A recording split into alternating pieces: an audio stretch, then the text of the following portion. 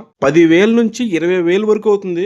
ఇక్కడ పిండ ప్రదానం కూడా చేస్తారు. ఇక్కడ చనిపోయినా లేదా కాల్చినా గాని వాళ్ళకి మోక్షం కలుగుతుందన్న ఉద్దేశంతో హరిశ్చంద్ర ఘాట్ గాని మణికర్ణిక ఘాట్లో గాని మీరు ఒక 10 నిమిషాలు ఉన్నారంటే మీ జీవితం ఏంటనేది మీకే అర్థమైపోద్ది. సినిమా చూస్తారు తెలుసా? అదే మన సైడ్ అయితే మాత్రం అటుపక్క కూడా పోమనం. సరే ఎట్లా కూర్చొని చూస్తున్నారో అస్సలు భయం అయితే ఉండదు ఎవరికి కూడా. Hi friends, welcome back to our channel. This is Malesh Vihari. So friends, ఈరోజు మనం అయితే హరిశ్చంద్ర ఘాట్ లో అయితే ఉన్నాం. ఇప్పుడు మనం అయితే హరిశ్చంద్ర ఘాట్ కి దగ్గరికి వెళ్తున్నాం.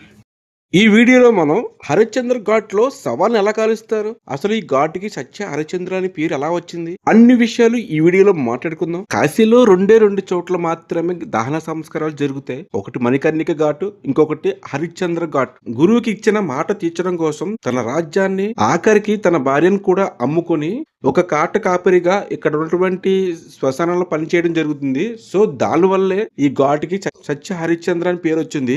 ఇక్కడ నిత్యం 365 రోజులు కూడా దహన సంస్కారాలు జరుగుతూనే ఉంటాయి. మణికర్ణిక ఘాట్ లో కేవలం కట్టెలతో మాత్రం దహన సంస్కారాలు చేస్తారు. సో ఇక్కడ కట్టెలు మరియు ఎలక్ట్రికల్ మిషన్స్ కూడా ఉన్నాయి. మణికర్ణిక ఘాట్ లో దహన సంస్కారం చేయాలి అంటే కొంచెం కాస్ట్ ఎక్కువ. 10,000 నుంచి 20,000 వరకు అవుతుంది. ఆల్రెడీ ఒక వీడియో అయితే పెట్టాను, సో చూసేయండి. అలాగే ఇక్కడ పిండ ప్రదానం కూడా చేస్తారు. గంగా నది ఉంది చూసారా, దాని ఆపోజిట్ లో కూడా పిండ ప్రదానం చేస్తారు. ఎక్కువగా అక్కడే జరుగుతాయి. ఎందుకు ఇంత మందిని ఈ హరిశ్చంద్ర ఘాట్ లో గాని మణికర్ణిక ఘాట్ లో గాని కాలుస్తారంటే ఈ కాశీలో సాక్షాత్తు శివుడు ఉంటాడని నమ్మకంతో ఇక్కడ చనిపోయినా లేదా కాల్చినా గాని వాళ్ళకి మోక్షం కలుగుతుందన్న ఉద్దేశంతో ఈ కాశీలో ఇంత మందిని అయితే కాలుస్తూనే ఉంటారు. ఇక్కడ ఏంటంటే హరిశ్చంద్ర ఘాట్ గాని మణికర్ణిక ఘాట్ లో గాని మీరు ఒక 10 నిమిషాలు ఉన్నారంటే మీ జీవితం ఏంటనేది మీకే అర్థమైపోద్ది. ఇక్కడ ఇంత మందిని కాలుస్తున్న ఏమి పట్టలేనట్టు ఒక సినిమా చూస్తారు తెలుసా? అదే మన సైడ్ అయితే మాత్రం అటుపక్క కూడా పోమనం.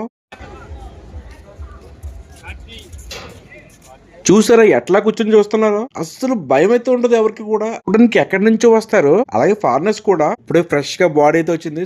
సో ఫ్రెండ్స్, ఇందులో కొన్ని సన్నివేశాలు అయితే చూడడానికి కొంచెం ఇబ్బందిగా ఉంటాయి. దానివల్ల కొన్ని చోట్ల అయితే బ్లాక్ అండ్ వైట్ లో పెడతా, చూసేయండి. నెక్స్ట్ మీకు కనిపిస్తుంది చూసారా హైట్ లోని, అది కేదార్నాథ్ టెంపుల్ అనమాట. గంగా నదికి కొంచెం హైట్ లో అయితే ఉంటుంది. ఇది కేదార్నాథ్ టెంపుల్ బ్యాక్ సైడ్. ఇది కూడా ఘాట్ అనమాట.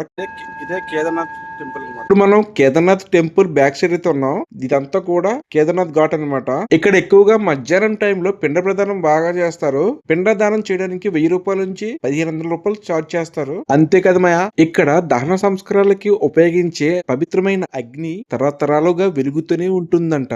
ఇక్కడ నేను ఉన్నంత సేపు ఒకటే ఫీలింగ్ మాయా, జీవితం శాశ్వతం కాదు, సత్యం ధర్మం. ఇక్కడ కొన్ని వందల సవాళ్ళని తీసుకొచ్చి దహన సంస్కారం చేస్తుంటే అవన్నీ చూసినా నాకైతే ఒకటే అనిపిస్తుంది. మనం పుట్టినప్పుడు బంధాలను కోరుకుంటాం, అలాగే మరణించిన తర్వాత ఒక విముక్తి కావాలని కోరుకుంటాం. పుట్టుక అన్నది బంధం అయితే మరణం అన్నది ఒక విముక్తి. నిజంగా నాకు అట్లా అనిపిస్తుంది. నాకే కాదు, ఇక్కడికి వచ్చి చూసిన వాళ్ళకి అందరికీ కూడా ఇదే ఫీలింగ్ కలుగుద్ది. ఇక్కడతో బ్లాగ్ ఫినిష్ చేస్తున్నా. సో మళ్ళీ మనం మరొక వీడియోతో కలుద్దాం. మీకు ఎట్లా అనిపించింది అన్నది కామెంట్ రూపంలో తెలియజేయండి. కొత్తగా చూసి ఉన్న వాళ్ళు ఎవరైనా ఉంటే మన ఛానల్ ని సబ్స్క్రైబ్ చేసుకోండి.